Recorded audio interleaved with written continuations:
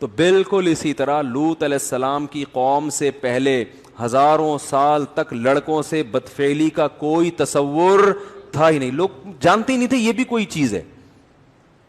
بھئی اللہ نے مرد اور عورت کو ایک دوسرے کے لیے بنایا نا, جانوروں میں بھی ایسا ہی ہے کہ مرد اور عورت ایک دوسرے کے لیے ہے, تو کوئی بھی نہیں کرتا تھا. علماء نے, مفسرین نے لکھا ہے کہ شیطان ایک بچے کی شکل میں آیا اور ورغلایا کسی کو, اور اس کی طبیعت مائل نہیں ہوئی, لیکن شیطان نے اسے یہ کام کروایا, اور بالآخر آہستہ آہستہ جس نے یہ کام کیا اس کے دل سے غیرت نکلتی چلی گئی. وہ گندگی جو کروڑوں روپے دے کے بھی انسان اس پہ آمادہ نہیں ہوتا نا, ظاہر ہے جس کو نہیں پتا نا ان چیزوں کا, اس کو کروڑوں روپے بھی دیں اور کہیں کہ کسی سے ایسا ریلیشن قائم کرو, کہے گا بھائی یہ ممکن نہیں ہے, دل مائل نہیں ہوگا اس کا اس طرف. لیکن شیطان نے پہلی دفعہ یہ کام کروایا, پیسے دے کے یا کس طریقے سے, انسانی شکل میں آ کے یا لوگوں کے دل میں وسوسے ڈال کے, یا عین ممکن ہے اس قوم میں نکاح کو مشکل بنا دیا گیا ہو. تو پہلی دفعہ جس نے کیا دل پہ پتھر رکھ کے, طبیعت مائل نہیں, حالانکہ وہ غیر مسلم تھے, لیکن اس کے باوجود, غیر مسلم ہونے کے باوجود اس کی طبیعت اس کی طرف مائل نہیں ہو رہی تھی کہ یہ انسان کے کرنے کا کام نہیں ہے.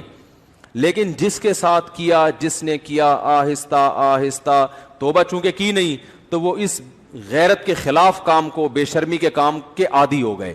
جیسے پہلی دفعہ شرابی کو دیکھ کے بھی گھن آتی ہے, شرابی کے منہ سے اتنی بدبو آتی ہے نا.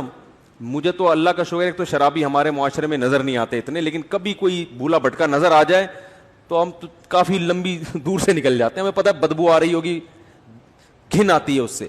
اللہ ہم سب کو بچا کے رکھے, ہمارا کمال نہیں تو اللہ نے ہمیں بچایا ہوا ہے. تو آپ بتاؤ وہ بوتل منہ سے کیسے لگا لے گا جس میں بدبو آ رہی ہے, لیکن پہلی دفعہ نہ چاہتے ہوئے لگاتا ہے, اور پھر عادت پڑ کے پھر اس کی لت پڑ جاتی ہے. تو اسی طرح میرے بھائی ہر گناہ میں یہ مسئلہ ہے.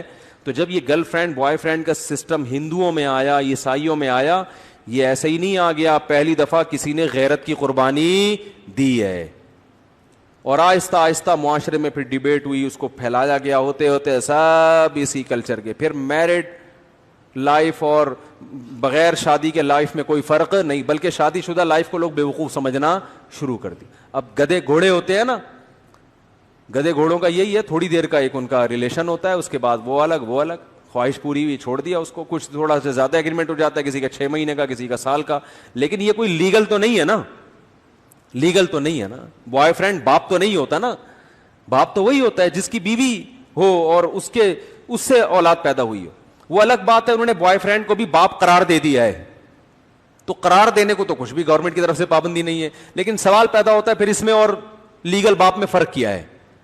تبھی اسلام نے ایک دو ٹوک بات کی ہے, بھائی جو بوائے فرینڈ ہے وہ باپ نہیں ہو سکتا. باپ کون ہوگا؟ الولد للفراش. رسول اللہ صلی اللہ علیہ وسلم کی صحیح حدیث ہے, جس کی بیوی کے ہاں بچہ پیدا ہوگا تو اس عورت کا شوہر اس بچے کا باپ ہوگا, بوائے فرینڈ باپ نہیں ہو سکتا. کہیں بھی کاغذ میں اس کا نام اسلام ڈالنے کے لیے تیار نہیں ہے.